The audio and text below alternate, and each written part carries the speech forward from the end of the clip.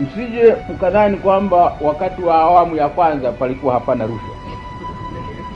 Ilikuwa hapo. Lakini tulikuwa wakali. Tulikuwa wakali sana. Siku za mwanzo kabisa kwa sababu tulitaka watu wajue. Tulitaka watu wajue kwamba tutakuwa wakali sana na wala rushwa ndani ya serikali au na watu wa rushwa. Mwanzo kabisa wa kujitawala.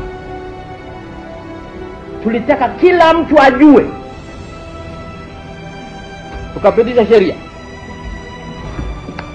kwamba mtu akila rushwa,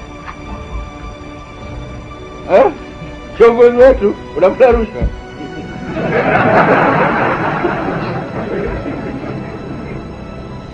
Aliyetoa, aliyepokea, wazalaki wanasema wote Manziga Nyanza, wote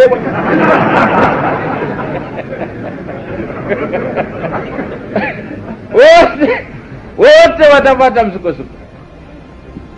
Hatukuwa tunatania. Kwa hiyo tukatengeneza sheria kwamba ili tuwafundishe watu hawa kwamba jambo hili hatulipendi. Akisha kuthibitika mahakamani